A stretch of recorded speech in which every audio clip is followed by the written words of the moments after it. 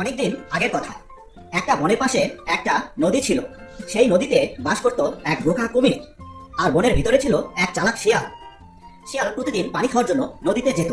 তখন কুমিরের সাথে তার কথা হতো। কে কুমির, কেমন আছো ভাই? আছে আছে, আমি ভালোই আছি। তুমি কেমন আছো?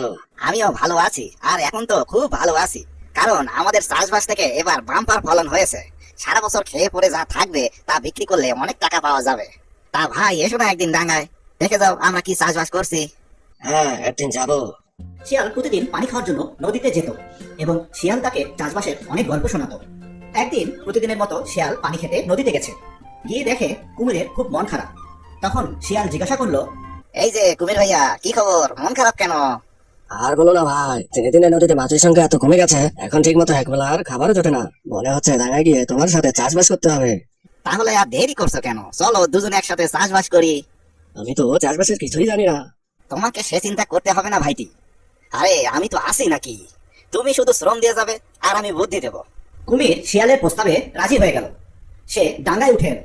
শিয়ালের কথা মতো সে পুরো জমিতে হাল চাষ দিল, জমি চাষবাসের জন্য তৈরি করলো। তখন শিয়াল বলল, তা ভাইয়া, চাষবাস যে করবে, ফসল হলে ফসলের কোন অংশটা তুমি নেবে, উপরের অংশটা নাকি নিচের অংশটা? কুমির চিন্তায় পড়ে গেল। সে আম, কাঁঠাল সব ফল গাছের উপরে হতে দেখেছে, তাই সে ফসলের উপরের অংশ নিতে চাইল। চালাক শিয়াল তখন বলল, এখন তো আলু চাষের সময়, আর আলুর দামও ভালো পাওয়া যাচ্ছে, চলো আমরা আলু চাষ করি। কুমির শিয়ালের প্রস্তাবে রাজি হয়ে গেল এবং মাথার ঘাম পায়ে ফেলে কঠোর পরিশ্রম করে সে আলু চাষ করলো। কিছুদিন পর যখন ফসল পরিপক্ক হয়ে গেল, তখন কুমির আলু গাছের উপরের অংশগুলো কেটে নিয়ে চলে গেল।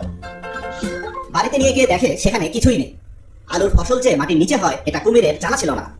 চালাকি করে শিয়াল কুমিরের দ্বারাই সব পরিশ্রম করিয়ে নিল, কিন্তু ফল ভোগ করলো শিয়াল একাই। এ যাত্রায় কুমির ঠকে গেল। কুমিরের খুব রাগ হলো। সে আবার শিয়ালের সাথে দেখা করলো এবং বলল, চলো আমরা আবার চাষ করি, তবে এবার কিন্তু আমি মাটির নিচের অংশটা নেব।